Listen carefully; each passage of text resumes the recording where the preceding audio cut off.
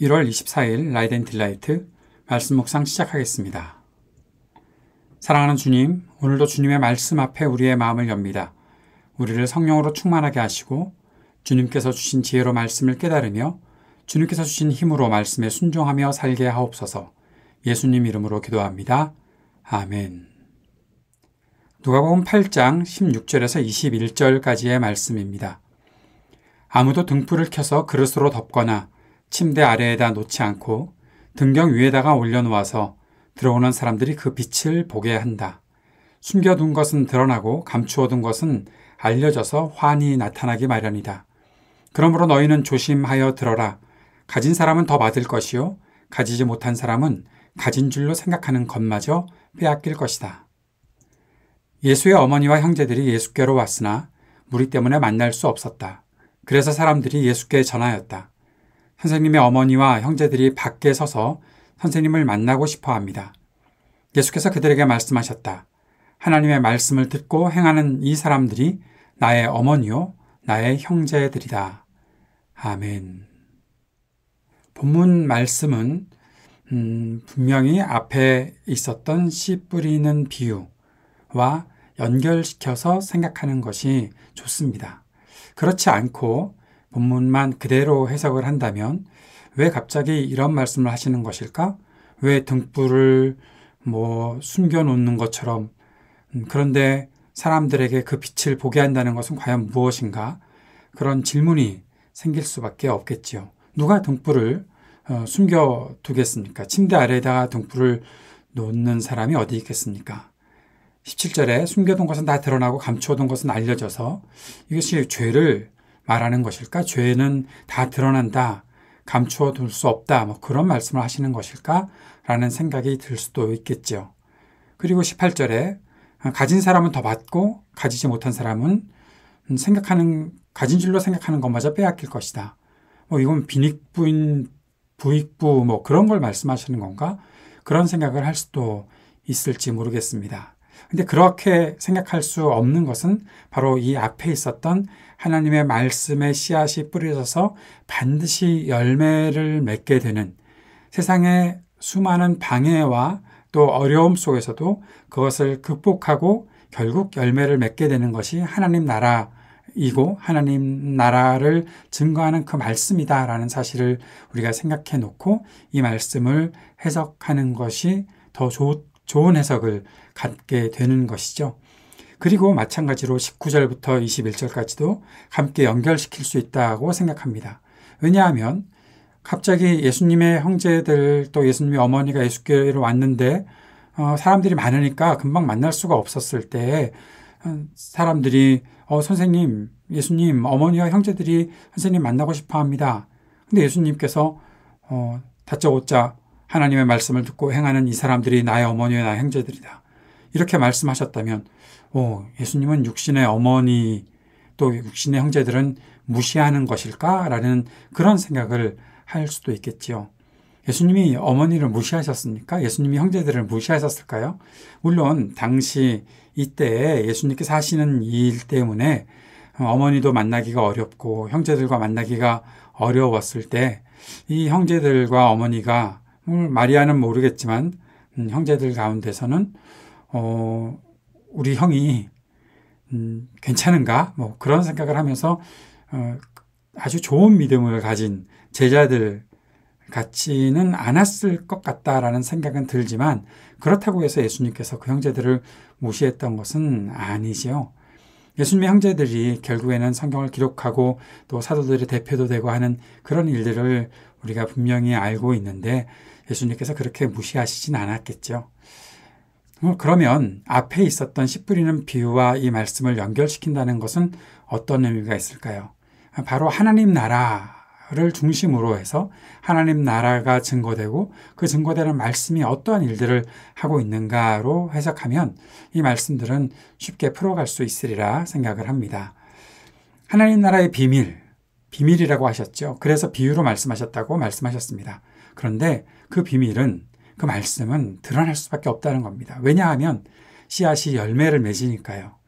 그 씨앗이 뭐 가시덤불 속에서 열매를 맺지 못하는 일들이 있고, 또 길가에 뿌려져서 금방 뭐 새들의 먹이가 될 때도 있고, 돌짝밭에 떨어져서 뿌리 제대로 내리지 못하고 뜨거운 햇빛에 타버리는 그런 일들도 있을지 모르겠으나, 하나님의 말씀은 분명히 열매를 맺는다고 하셨잖아요.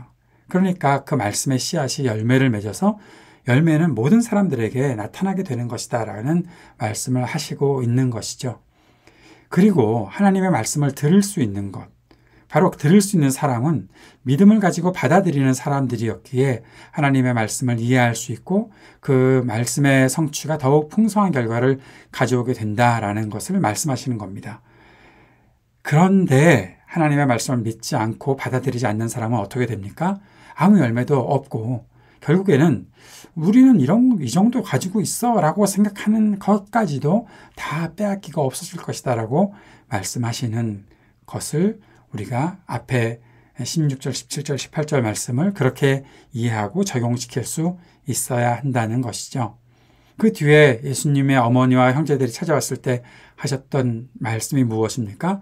하나님의 말씀을 듣고 행하는 사람들이 나의 가족이다라고 말씀하신 것은 자신의 가족들을 예수님께서 무시하신 것이 아니라 예수님의 가족들이 찾아온 것을 통해서 진짜 가족이 어떤 것인가, 하나님 나라가 임하고 하나님의 말씀이 전해졌을 때에 그 말씀 속에서 진정한 하나님의 가족들, 하나님의 백성들, 어떤 사람들인가, 육신의 가족을 넘어서서 하나님의 통치 아래에서 새로운 가족관계를 형성한다는 것. 무엇으로요? 말씀을 듣고 행하는 사람들. 그 사람들이 진정으로 하나님의 한 가족이 된다라는 것입니다. 하나님의 백성이 되어서 하나님의 통치를 받는 어떠한 수동적인 사람들로서 끝나는 것이 아니라 그리스도를 통해서 하나님과 한 가족을 이루는, 그리고 우리 모두가 한 형제자매로서 가족을 이루는 그러한 가족관계의 형성이 하나님 나라 통치의 새로운 모습이다라는 사실을 말씀하고 있는 것이죠. 사랑하는 여러분, 우리가 믿고 따르는 하나님의 말씀, 그리고 하나님의 통치는 우리가 세상을 향해 참된 풍요로움을 제시하게 할 것입니다. 결핍과 가난과 어려움과 고통, 왜곡된 것들, 죄악이 가득한 세상 속에서 진정으로 하나님의 통치가 이렇게 드러나는 것이다라는 분명한 열매를 우리가 맺고 드러내게 될 것입니다. 그리고 우리가 그리스도를 믿고 우리 삶의 중심으로 예수 그리스도를 주인으로 모시고 살아간다면 말씀을 믿고 따르는 것을 통해서 우리 모두가 진정한 형제 자매라는 것을 확신하고 살게 될 것입니다. 저와 여러분이 진정으로 참된 형제 자매가 되는 것입니다. 하나님께서 그렇게 우리를 만들어 주신다고 분명히 약속하시는 말씀입니다. 오늘 이 말씀이 우리의 삶 속에 온전히 이루어지는 것을 볼 수 있기를 바랍니다. 더욱더 풍성한 열매가 맺혀지고 그리고 그 열매를 통해 우리가 그 열매를 서로 나누며 함께 격려하고 함께 힘을 주고받으며 주님 안에서 참된 가족의 모습들을 보이는 그리스도의 공동체, 하나님의 새로운 사회를 이루어가는 우리 모두가 되기를 바랍니다. 말씀을 품고 함께 기도하며 주님 앞으로 더 가까이 나아갑시다. 주님의 말씀이 성취될 것을 믿고 기대하며 형제 자매의 하나됨을 온전히 이루며 살게 하소서. 오늘 간절히 기도드립시다. 그래서 우리 모두가 하나님 나라 복음의 일에 쓰임받으며 살게 하소서. 기도합시다. 오늘도 계속해서 중보하며 기도합시다. 전쟁이 그치기를 위해 기도하고 또 아픈 이들이 치유되기를 위해 기도합시다. 우리의 삶의 터전에 희망이 있기를, 청년들에게 미래와 소망을 허락하여 주시고 믿음과 지혜 주시기를 위해 기도해 주십시오. 그리고 약한 노인들과 소외된 이웃들에게 적절한 돌봄이 있게 하소서. 기도하고 우리 교회가 주님께 쓰임받는 교회 되게 하옵소서. 주님 앞에 기도하는 시간 갖도록 하겠습니다.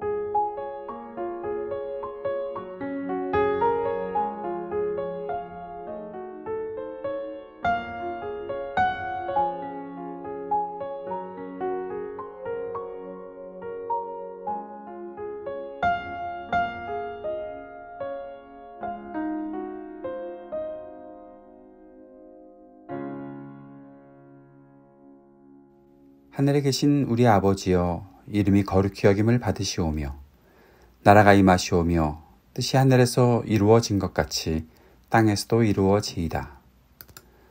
오늘 우리에게 일용할 양식을 주시옵고 우리가 우리에게 죄 지은 자를 사하여 준 것 같이 우리의 죄를 사하여 주시옵고 우리를 시험에 들게 하지 마시옵고 다만 악에서 구하시옵소서. 나라와 권세와 영광이 아버지께 영원히 있사옵나이다. 아멘.